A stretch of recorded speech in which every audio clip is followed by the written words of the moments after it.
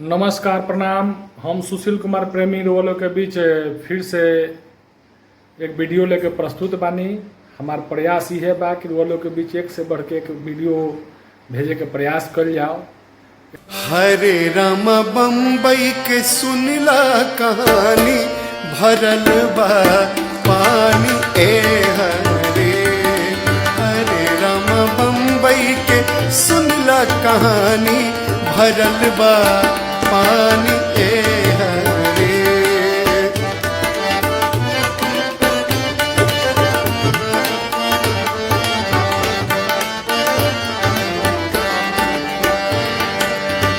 दादर डूबल माहिम डूबल, दादर डूबल माहिम डूबल, माटुंगा संग सायन डूबल, माटुंगा संग सायन डूबल। हरे राम डूबल बा, हरे राम डूबल बा कुरला कमानी भरल बा पानी ए हरे। हरे राम डूबल बा कुरला कमानी भरल बा पानी ए हरे। हरे राम बम्बई के सुनिल कहानी भरल बा पानी ए हरे।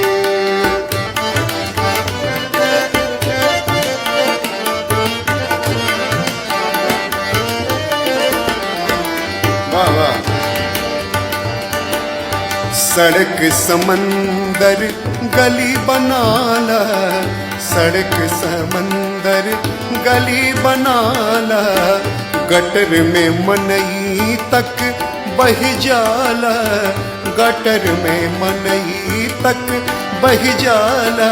हरे राम आइल बा जैसे सुनामी, हरे राम आइल बा जैसे सुनामी भरल बा पानी ए हरे।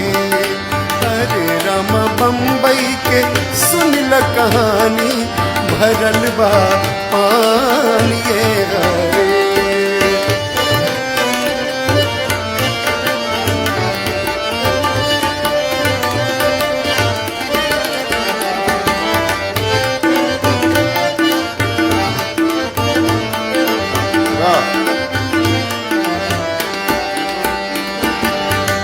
फीट 90 राम दुहाई, फीट 90 राम दुहाई, साकीना का कैसे जाई, साकीना का कैसे जाई।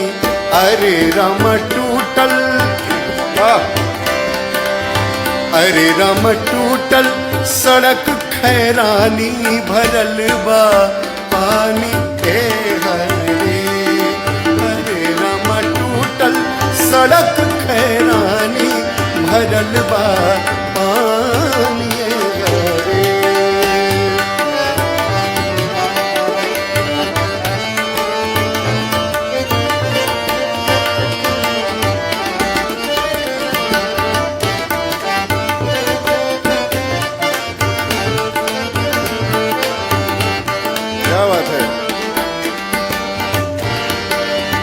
बिजुली चमके बादल बोले, बिजुली चमके बादल बोले, ट्रेन जाम बस रुक रुक डोले, ट्रेन जाम बस रुक रुक डोले। हरे राम लहरे, हरे राम लहरे वहाँ मलवानी भरल बा पानी ए हरे। हरे राम बम्बई के सुनिल कहानी भरल बा पानी ए हरे। एडवोकेट राजीव मिश्रा जी के लेखनी से और हम हैं डॉक्टर कमलेश हरिपुरी। तबला बजावतरण साईश उपाध्याय। हरे राम बम्बई के सुनिला कहानी, हरे राम बम्बई के सुनिल कहानी भरल बा पानी ए बा पानी हे हरि, भरल बा पानी हे हरि। बहुत बहुत धन्यवाद। ये वीडियो कैसा लागल वो लोग हमरा के कमेंट में बताई लो। ज़्यादा से ज़्यादा लाइक और शेयर करी, सब्सक्राइब कर मत भूलाएं। लोग इस चैनल के आगे से आगे ले जाए के प्रयास करी। हमारी यह लोग से निहोरा बा। धन्यवाद, प्रणाम, नमस्कार, जय हिंद, जय बिहार, जय भोजपुरिया।